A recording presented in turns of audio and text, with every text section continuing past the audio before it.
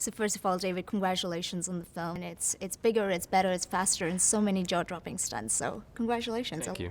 Thank you. What was the most exciting yet the most challenging aspect of stepping into the Fast universe? Well, I mean, it is daunting to step into something that's so beloved.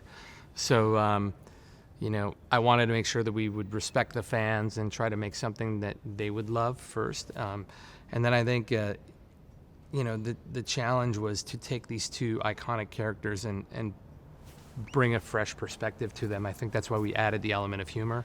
Dwayne and Jason are both really good comedians in their own right. And so I didn't think, they've been doing a little bit in the Fast world, but I really wanted to blow out this franchise in a more fun comedic tone throughout. And so that was the challenge, and I think we delivered on it. When you first got the project, what's the one masterpiece or the one most ambitious stunt that you want to make sure that was filmed?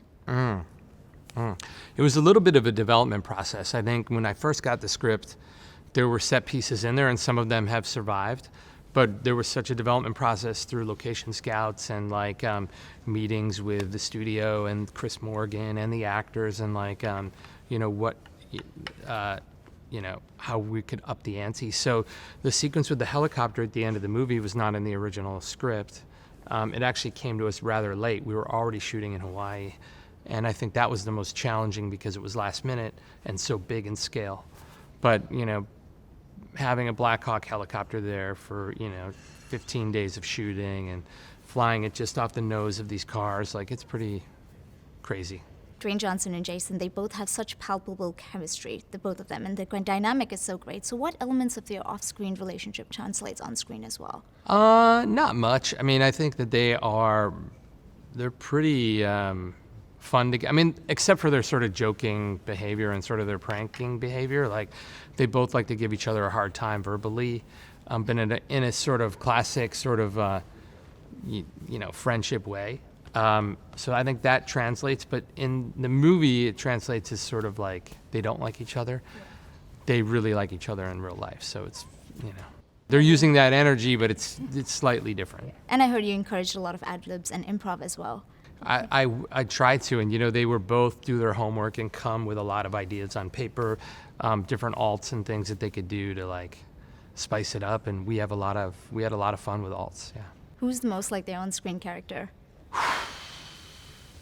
I don't know. Maybe Dwayne, I guess. He likes to. I think there's a lot of Hobbs inside of Dwayne Johnson and vice versa, and Dwayne Johnson and Hobbs. Yeah.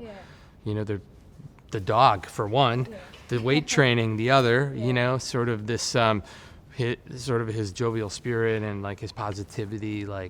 There's a lot of Dwayne and Hobbs. Is there a signature catchphrase that the cast members came up with themselves for their characters? I feel like they're very similar to them, so it was there. Their catchphrases? Yeah. Especially Dwayne. He's really good at adjusting the dialogue to work for him and coming up with Dwayne-isms that sort of work for Hobbs as well. So yeah.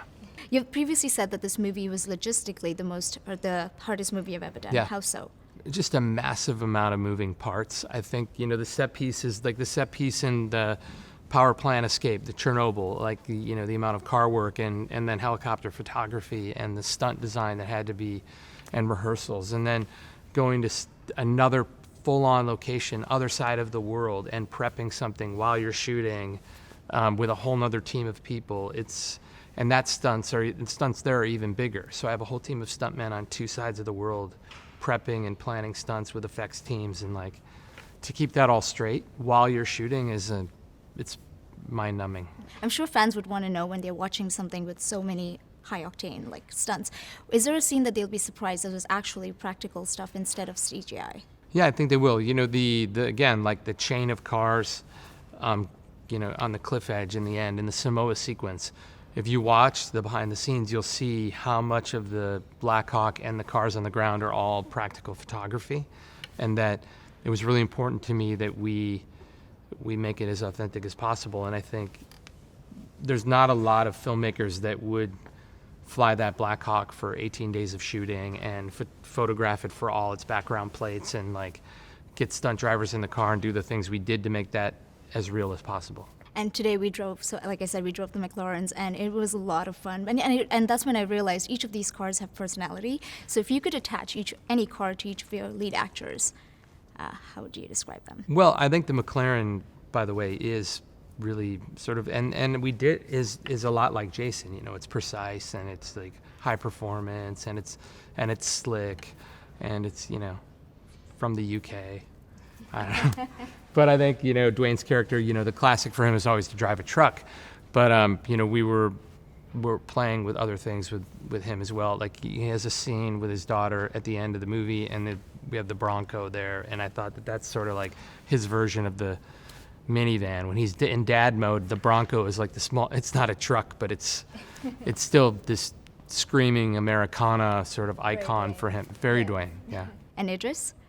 Oh, you know, we came up with the motorcycle for him again because it's high speed and high performance and versatile and you know, we wanted to shake it up in this universe. It's all about cars. Let's give the bad guy a bike. You definitely gave each one a personality that they did have on screen, so it was wonderfully done. Thank you so much, David, for the chat. I'm wishing you all the best. Thank you. Appreciate it. Yep.